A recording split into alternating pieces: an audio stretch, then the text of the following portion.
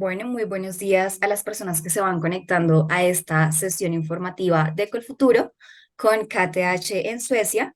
Hoy nos acompañan dos representantes de esta institución quienes nos van a compartir información de utilidad, no solo sobre la oferta académica, sino también sobre el proceso de admisión, requisitos y también sobre el convenio que se tiene con Colfuturo. Entonces, este convenio lo que les podría otorgar si ustedes se postulan con un programa de esta institución es un descuento del 20% en el valor de la matrícula para 10 beneficiarios de Colfuturo. Así que en este caso es un beneficio adicional que ustedes recibirían por postularse al programa Crédito Beca con la oferta académica. Así que si están interesados en poder acceder a este beneficio, que probablemente nos van a explicar mucho más adelante, pueden postularse a nuestra próxima convocatoria que abrirá el 9 de enero del 2024 y cerrará el 29 de febrero del mismo año. Así que están invitados a que participen en la convocatoria y pues puedan llegar a recibir este beneficio del descuento del 20% en el valor de la matrícula. Y ya sin más introducción, simplemente voy a agradecerles a los dos representantes. Gracias por estar aquí. Thanks, Hans. Thanks, Jivan, for being here. And you can go ahead and start the presentation. Ah, Gracias por la invitación. My name is Hans Lundin. I work as a regional advisor for Latin America at KTH. And with me today, I have my colleague, Dr. Jivan. We will have a presentation, and we will, after that, give some advice, and then we will be available for some answers to your questions. So let's get started.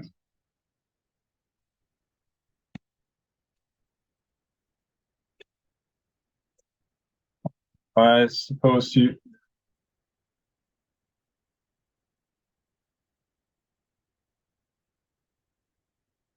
Can you see the presentation now? Yeah, All we right. can see it. All right. Yeah. So during this part of the presentation, I'll talk a bit about KTH, of course, but I'll also briefly tell you a little bit about Sweden, where we are located, and also Stockholm, the capital of Sweden, where KTH is located. I could just mention here in the first slide, you have the web page where you can learn more about KTH. In the end of the presentation, we will, in the chat, post some of these links. So, I don't know how much you know about Sweden, but Sweden has become a very multicultural country in the northern part of Europe. It's up in the northern part of Europe called Scandinavia. So it's Norway, Sweden in the middle here, Finland. And the climate it varies quite a lot. We're very marked with our seasons. So we have winter, summer. It could be plus 30 in summer at the most, I would say, and we can have below 10, sometimes 20 degrees at winter. And of course, if you go up north, it can be even colder. Sweden is quite famous for its previous ambitions in trying to develop sustainable technologies. This is part of a tradition also that's more connected to Sweden as an engineering country. You can see all these companies listed here. I suppose you recognize a lot of them, such as Volvo, Electrolux, ABB, I think all of these companies are quite big and famous in Colombia. These are all rather old and big engineering companies coming from Sweden. But Sweden is also famous for being a very innovative country. And you can see some examples of that on the examples of some more new companies that comes from Sweden. And for instance, Spotify is an invention from a KTH alumni. And I think this is a good example of how KTH is situated in a context that has a contextual setting with a lot of culture, both of engineering and innovation. And of course, Stockholm has a major part in this context, being the biggest city, not only in Sweden, but also in Scandinavia. Stockholm is the heart of Swedish trade, business, and innovation. So except for that, Stockholm is a very beautiful city. A lot of water, a lot of forest, and it's a very livable city.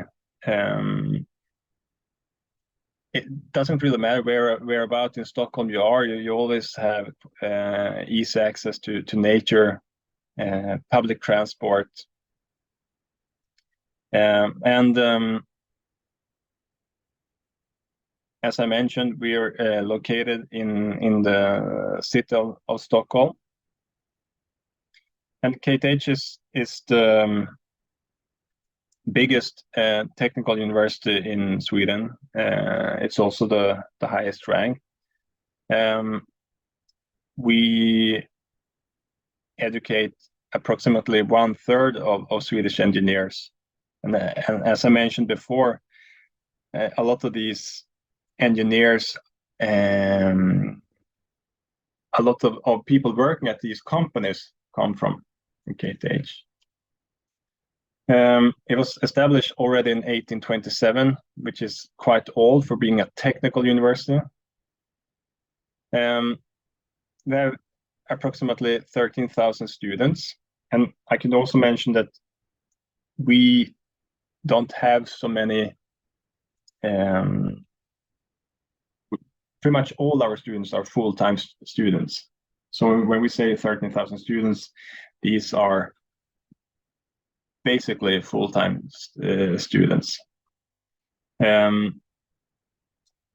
KTH is also a very research-intense university. So that's why we have a lot of PhD students.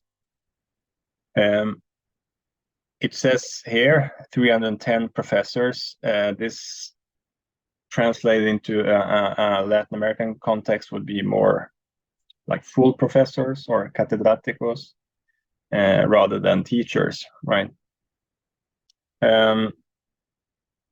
By the way, this image shows the library,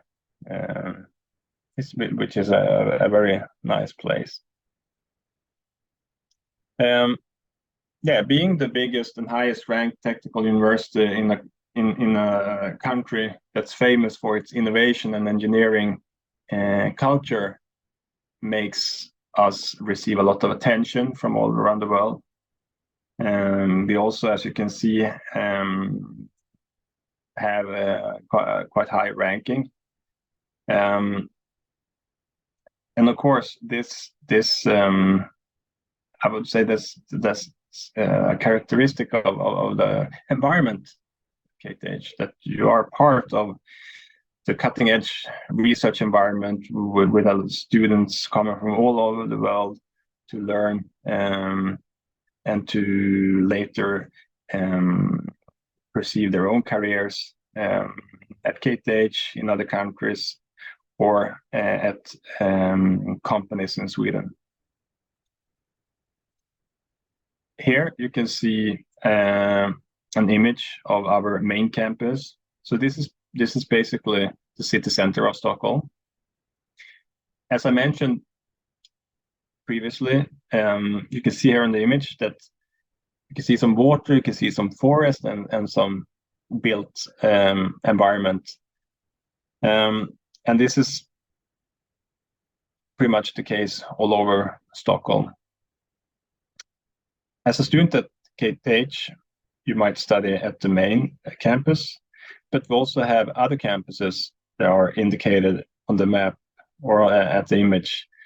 Up in the top, it's something called KTH Kista or Kista. That's our more ICT, computer science, IT-related areas. And the reason why we have a campus there is because this is an area that's more kind of a Silicon Valley of Scandinavia, you could say, where we have tech companies, both startups, but also more established companies such as Ericsson has its main headquarters up there. You have Microsoft, IBM, etc. We also have a campus at Solna. That's a campus that we have together with the medical university here in Stockholm. So there we have life sciences where engineering meets medicine. So that's a very interesting environment to be at if you're interested in that.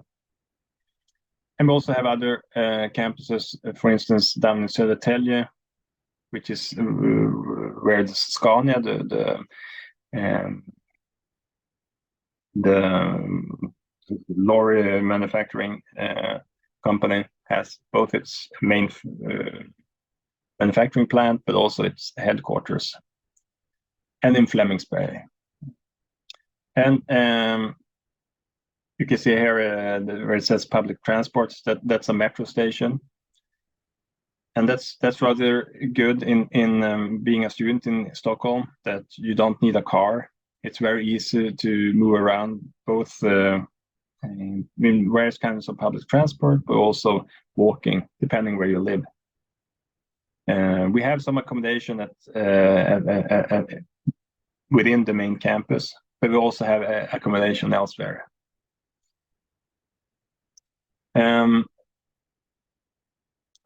KTH, as many other universities, of course, focus a lot on, and we think a lot of how can we contribute to a sustainable future. And this is something that has characterized all our master programs, in the sense that all programs are connected to one of these sustainable development goals. And according to some rankings, you could see some results, not just on how programs are related to sustainable development goals, but more in depth in terms of actual impact. If you look here on the yellow part of this image, this shows how a typical master program would look like if you studied KTH. So the master program would be 2 years. So you would do 3 semesters of course load. And the last semester is a degree project. I think Jivan will mention a little bit more about that later on. Before that, I'll just give you a very brief overview of the program that we offer. I will not go into detail at all, but I will give you a hint so you have an idea, and then I recommend you to go into our website and read more about these programs. So these are the programs we offer within the School of Architecture and Built Environment. And if nothing else is mentioned, that means that these are 2-year programs. And as you can see here in the first program within parentheses, that's an exception. That's a 1-year program. Another thing to look at and to think about when you look at master programs at KTH is that Down on the bottom line, it says joint. That means that it is a joint master program. We have several of these joint master programs, and that means that you study 1 year at KTH and 1 year at another European university. And these could be within different kind of settings. The most common setting would be the EIT. So it would be EIT Digital or EIT Inner Energy. The Inner Energy, Jivan has some experience from those programs, for instance. And it's good to be aware about this because the joint programs, they have different application dates. They also have their own scholarship schemes, and tuition fees might differ. So yeah, that's good to think about. But if it doesn't say anything within parentheses here on the list, it's a normal KTH program. And these are programs. These are not the courses within.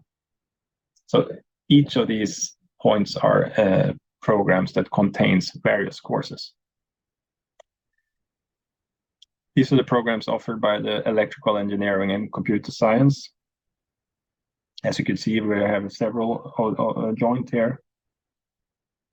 I think most of these are within the EIT Digital.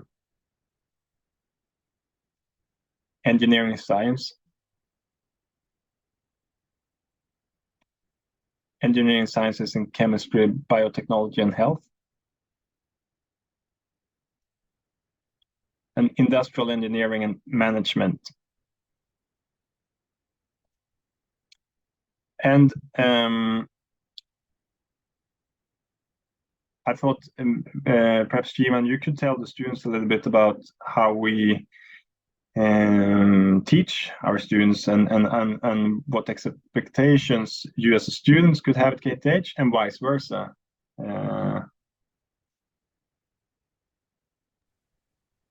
Okay, thank you, Hans. Thank you and welcome everyone participating in the session. And my name is Jivan Jayasurya. I'm a lecturer at KTH, and I've been working here since 2001. I'm originally from Sri Lanka, and I came over to Sweden as a PhD student, and I conducted my PhD in KTH.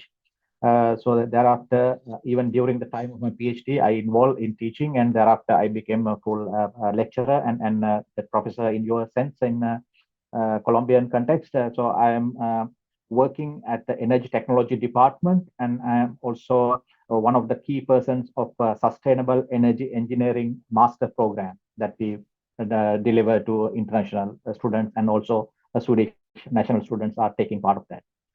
So in our education in Sweden, we have quite modern and advanced education technologies that we are applying. And of course, in the master programs that the international students are enrolling are all 2-year programs. And each program is consisted with 4 semesters. Semester 1, 2, and 3 are mostly lectures and the project activities that you will be working. And the final semester is a thesis project. Each semester is about 6 months, so you have complete 2 years to go through.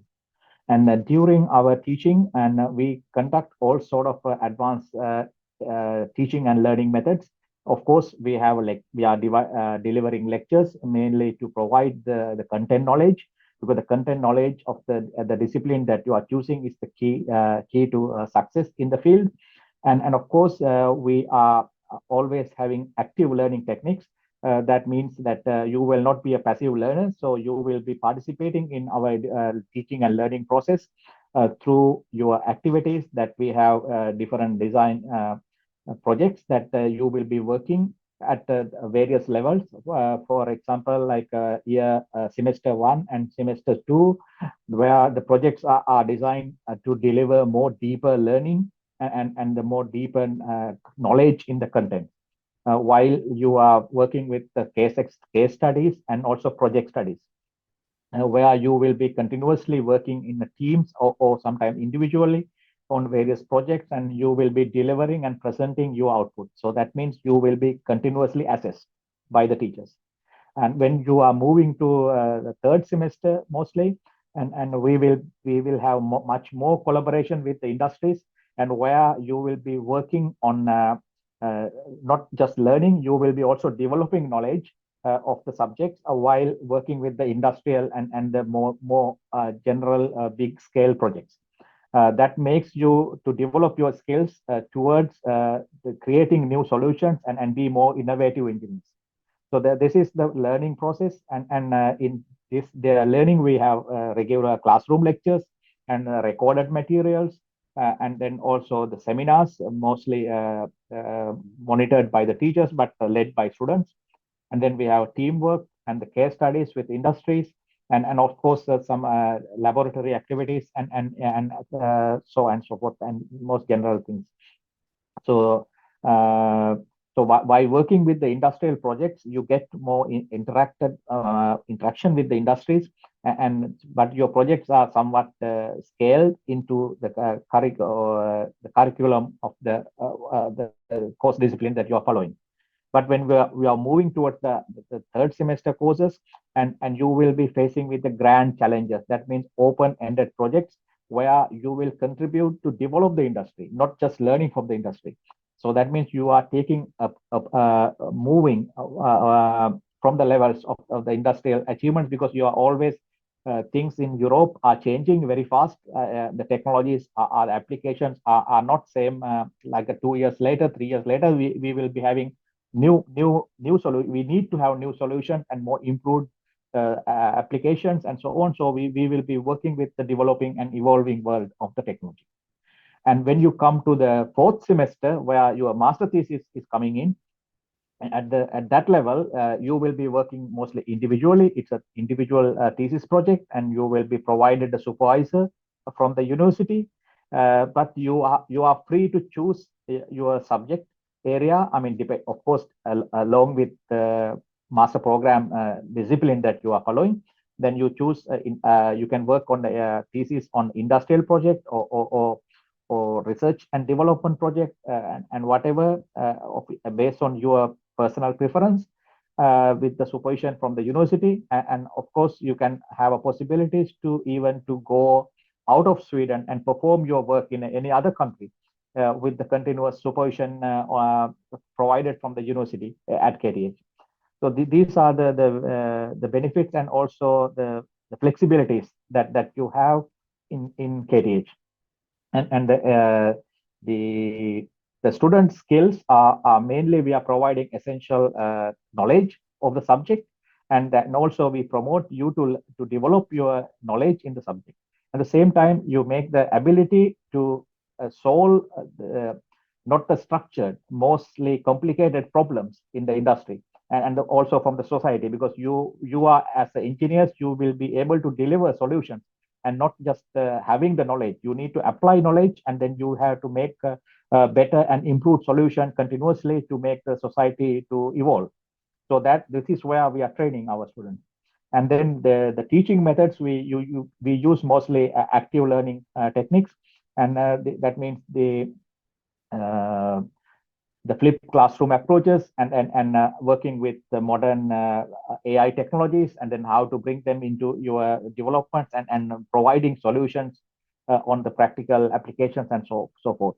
So that you will be finding this situation is very exciting and encouraging. And of course, the living in Sweden is quite nice, and the people, students have a good life, even though we are developing a lot, but we are always respect your time, and the students are not working 24 hours. We know our students are working about 40 hours a week, and so you have also this freedom, and then free to choose and so on.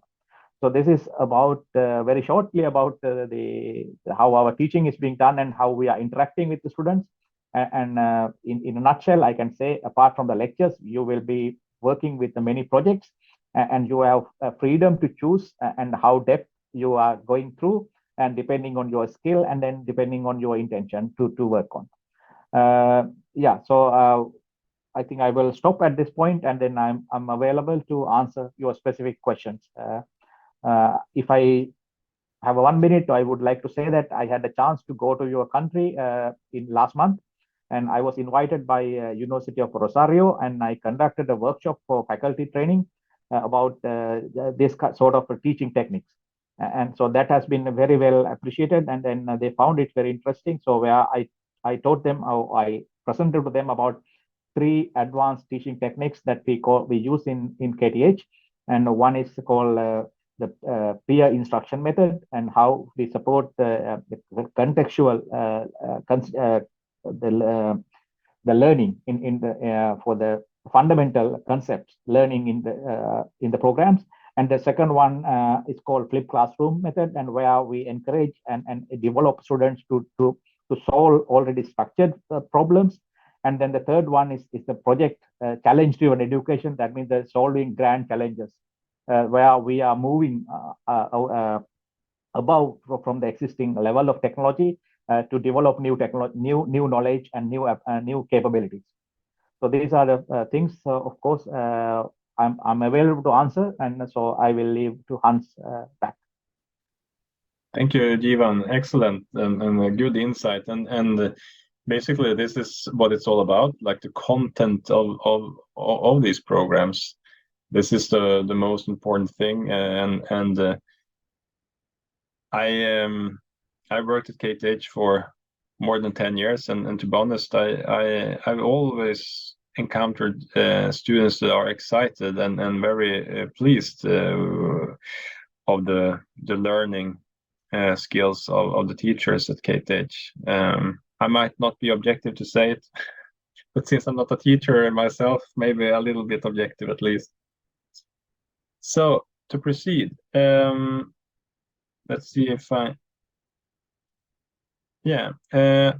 well, except the hours in class, we also do our best to take care of you and what's happened outside the classroom as well. For instance, when you get to KTH, we have an arrival week, and where we have an infrastructure to help you get your accommodation and to get you to check in to the city. We have support services like counseling, health service, etc. Before we wrap up, I suppose you would like to know how much it would cost and the financial issues.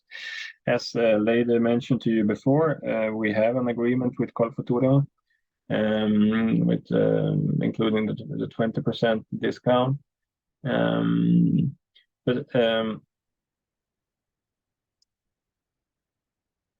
except for that, for the fees that we'll mention a little bit about in a while, Sweden is nowadays, the Swedish crown is very low, so it's a bit cheaper now for foreigners to live in Sweden, but approximately 900 dollars would be for living expenses.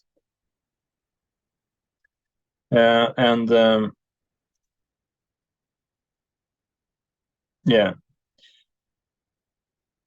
admission requirements are basically you have your engineering degree from Colombia, which we would call the bachelor's degree, the English proficiency test, and also each program has its own specific requirements. When you enter the website later on, you can read more in detail. So basically you have these 3 things. If you have finished your engineering degree from Colombia, then you're fine. Then you just focus on the English proficiency and you look at the specific requirements. I will not go into detail to all the documents that you need,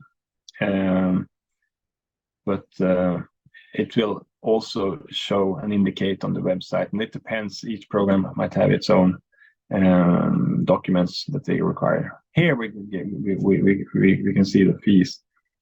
The average master program or the normal master programs at KTH would be approximately 28,000 US dollars.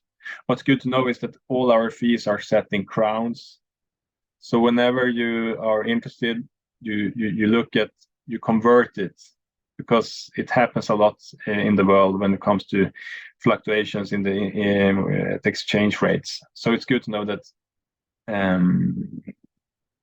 you look at how much it is in crowns, and then you convert it to your, if you want to see in Colombian pesos or US dollars. But now it's approximately, I think it's 27,000 US dollars. Except for the Col Futuro scholarships, there are other possibilities. We have a Swedish agency called Swedish Institute that offers scholarships covering both tuition fees and living expenses. KTH, this KTH scholarship offers free tuition.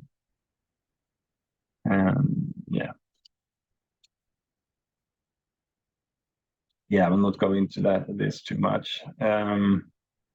What might be good to know is that when you apply to KTH, the application round opens up in October, mid-October, and then the deadline would be in February. So it's kind of aligned with Col Futuro process, in the sense that if you're interested in going to KTH, you can apply to the Col Futuro when they open, and then you get to KTH in August. Yes. Yeah, these are some examples of where students work. I can just mention, I touched upon some of these companies before. This is where our alumni work. But on place 7th, we have a new company called Northvolt. And that's a quite interesting company that opened up just perhaps 5 years ago, or not even that. Basically, this company has opened up a large manufacturing plant for batteries. And this is a good example of how KTH is part of the transition of society, and where things are happening. And this is, it relates to energy, but it relates to other areas as well.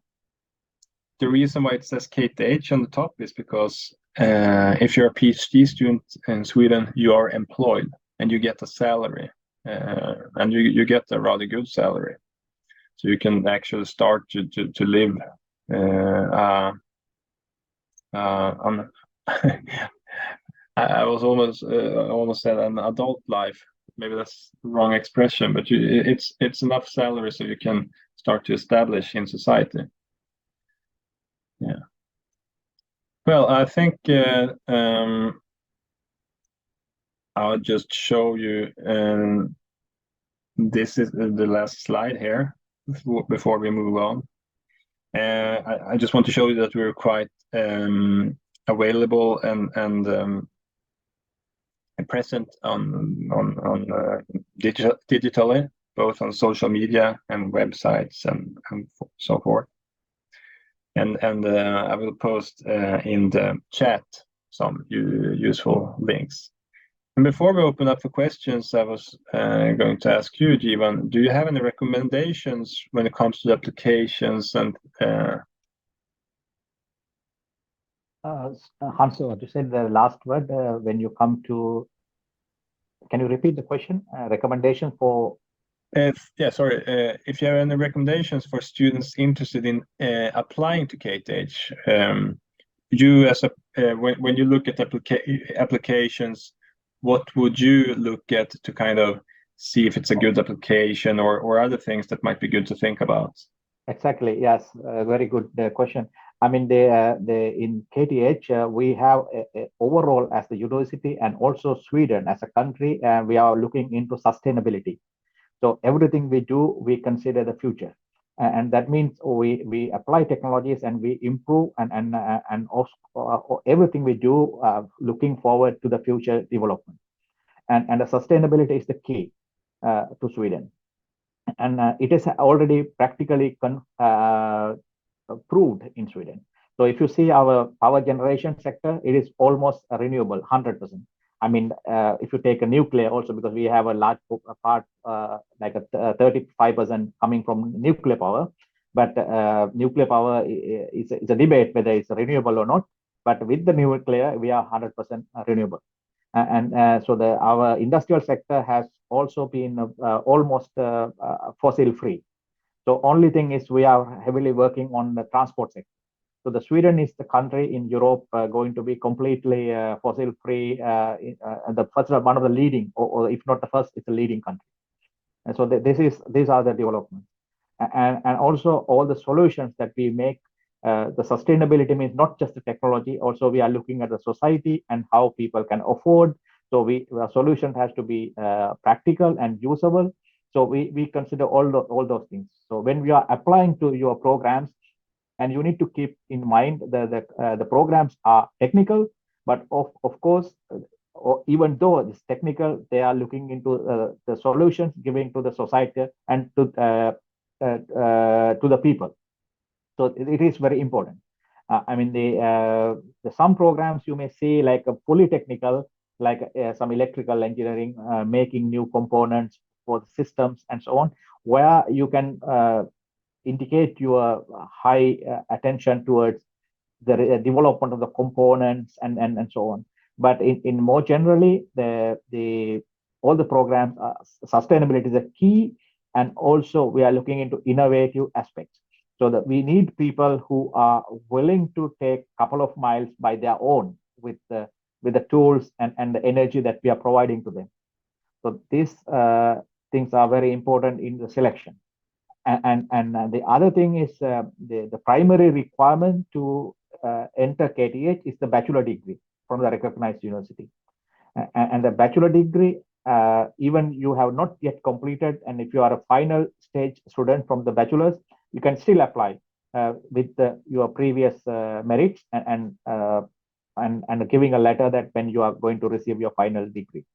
But you need to be careful with the programs that you are selecting, because each program has its specific requirements. And for example, to energy programs that we have, you have to have a bachelor degree from mechanical engineering, electrical, chemical, or sort of field.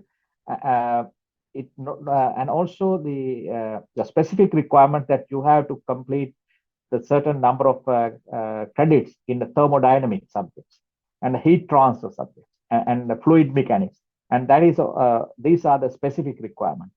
So even though your program will not call mechanical engineering, but you have done engineering, but if your engineering program contains those key subjects, which are fundamental subjects for energy field, and then you will be welcomed to the program. So you have to see what the specific requirements as well. Okay. Perhaps we should open up for questions to see what you're interested to know more about. Yeah. Okay. So good. Thank you again for the presentation. Thank you, Jivan, for all the advice that you give us in this experience. I have some questions that we got from social media. So the first one, I guess, is for Jivan, and they are asking, could you give us a piece of advice on how to contact a supervisor for a PhD program? Yes, you can. I mean, in KTA, and yeah, okay. Let's say it like this. So depending on your specific area that you are working with, and then when you're going to PhD, you have to have postgraduate studies and then you some experience, and then you search for the professors that who are working in the particular area, and then you can approach them via email or phone call. That is the typical way of doing that. But of course, the professors are always very busy and so on. That is one of the ways coming from the bottom up process the students are finding. But if they are lucky, and then if it's a good timing, then they will get the attention, and then they will be accepted to a PhD project. But in Sweden, a professor cannot accept a student just by the interest or just by the skill. But in order for us to accept a student as a PhD student, and we have to have a budget for that. That means for example, when I'm receiving a PhD student, I have to make sure that I have a 5 million Swedish crowns budget available from the government or from some other funding agency. Because if I am creating a PhD project, or because when I'm doing research, I am applying research grants from outside organizations. And the KTH is funded by companies and also by the government. So when we have the project approved, and then into the project, I have vacancies for the PhD. And if it is a good timing, the student contact me, and then I have the project, and then I assess those applications, and then I will accept it. So that, because without money, I cannot accept the student. That is one way. And other way is that, like, once I have a project as a supervisor, and then I put the advertisements, because we have in KTH, there on the KTH website, there's a vacancies. I mean, it's called job opening. I have it in the chat. The latest chat is the latest link is to that. Yeah, they can see whether there are PhD openings which are related to their expectations, and they can apply also. So there are two ways. But whatever the way, there should be a project approved, financing approved to take the student, because the PhD students are employees. So we have to pay them the salary, and then we have to have a guarantee for 5 years of the operation for that. Good, thank you. Then we have another question. I guess this one is for Hans, and they're asking about the language requirement. So they want to know if there is an IELTS, a TOEFL, which kind of exam they have to present for this requirement of language. Yeah. I could send you a link so you can read more in detail. But in general, I could say that we accept both IELTS and TOEFL, and there are other ways also. For instance, if you have studied at an English, if you have studied one semester in an English-speaking country, it could be if you have. I don't think that applied to many Columbia students, but if you, for instance, been an exchange student in your upper secondary school, that could count. So I'll send you in the chat, I'll send you a link so you can see all and the specifics of that, because there are different TOEFL, right? You can see which ones and all the levels. So I'll find that and post it. And then the other question that we have of recommendation. They want to know like a piece of advice or what they have to take into account about this specific requirement. Did you say accommodation? No, letter of recommendation. That is one of the requirements that you have on the list. All right, yeah. I think Jivan, perhaps you can answer that better than I. Yeah, so we basically look one recommendation from the university where the student has performed undergraduate studies from the professors there, and also the second recommendation, if the student has working experience or has been into industries, and the recommendation from the industry, just specifying about his ability and the attitudes and so on.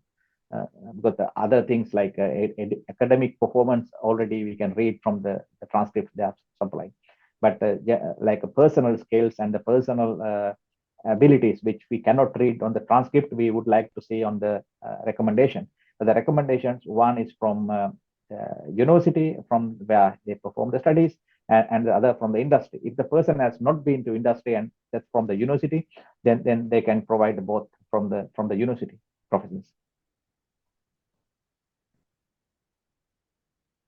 Good, thank you. And the last question, I guess it's for Jivan as well. And they're asking, as an international student in the past, how was this experience? What recommendation can you give to these new students that want to study abroad? It is amazing experience, and I am not been in Sweden only. So I've been in Canada, I've been in UK, and so I think this is the best place. That's why I choose to stay here. And so it is a very welcoming society and very welcoming crowds here. Of course, a little bit expensive to live, but once you are here and you get to know with other students the how to find a little bit of better ways of expenses, like how you buy your. I mean, there are various ways. The Swedish students usually, mostly they eat from the restaurants all the time, but the international students sometimes they eat from the restaurants lunch, and then they probably cook for dinners. And if they are couple together, like a couple of people together, then they can reduce some amount of savings. Get that sort of things that you find the practical ways uh, to live here. And the transport system is also you get a monthly student card where it is cheaper than normal people, and that allows access to everywhere, all the buses, trains, and then all the city main district areas. And so that is a fixed thing. And sometimes you can survive with the bicycle. Of course, you cannot bike during winter. So it is very good, and there's very large international community also here, like with the Swedish students, and they are all integrated. I don't know it was the intended answer for this, or if the question is more specific, I can also. No, But my thanks. student It's good. was 20 years ago. Thank you so much. I guess it's a really good piece of advice for all the students here in Colombia that want to travel abroad and wants to study in other countries. So thank you so much for this piece of advice. And thanks again for Hans as well for your time for the presentation. We do not have more questions, so maybe if you can send the email, the contact email in the chat. So maybe if the participants has more questions regarding the process, they can send an email. And you want to say something, Shivan? So yes, lady. So I want to add one more thing, because here in Sweden, the students in the schools they are learning Swedish language because they are Swedes, and apart from that, they learn English, and everyone has a very high skill in English proficiency, and they also learn third language, and the third language is French, Spanish, or mainly, and the Spanish is the most chosen language. So you find many Swedes, they speak Spanish to good level. But of course, you don't need to speak Spanish here because you come to a foreign country to experience and practice new languages. But of course, you will be finding people who speaking Spanish. Wow, that's good. It's interesting. I didn't know that. So thanks for sharing that information. We didn't know that it was common to find people who speak Spanish. Because my children, I have two sons, and one is studying in Uppsala University in the medical faculty, and the other one still going to school, and they have been learning these languages for, I mean, while they were there at least I think 4 to 5 years. So they have quite some skill. I mean that is most of people they do manage with the Spanish, and so it's not totally strange. Oh, that's good. So thanks again for both of you for being here. And we have the contact email. If you want to have more information, the participants can go to the chat, and there is the email. I guess is the Hans email. So you can send an email to Hans in case you have more questions regarding the university, the process. You have the email right there. So thanks everyone, and have a wonderful day. Thanks again. Thank you. Bye bye. Yes.